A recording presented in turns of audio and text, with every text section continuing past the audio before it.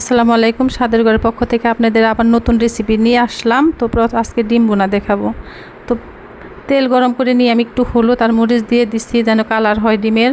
ডিমটা দিয়ে দিলাম সবটি, দিয়ে তারপরে সুন্দর করে ভেজে নিব, উলট পালট করে দিব। পরে ভাজা হয়ে গেলে এগুলো আমি উঠিয়ে নিব। তো ওঠানো হয়ে গেছে আমার। ওঠানো হওয়ার পর আমি পেঁয়াজ দিয়ে দিব আর 2টা তেজপাতা দিয়ে দিব। পেঁয়াজটা যেহেতু আমি ভুনা করব সেই জন্য আমার পেঁয়াজটা কিন্তু ভালো করে ভাজতে হবে।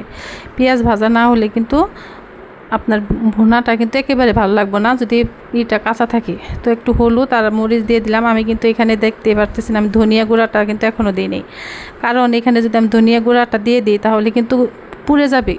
ধনিয়া গুঁড়াটা পুড়ে গেলেই তখন আপনার ওই তরকারিটা কিন্তু কালো হয়ে যাবে।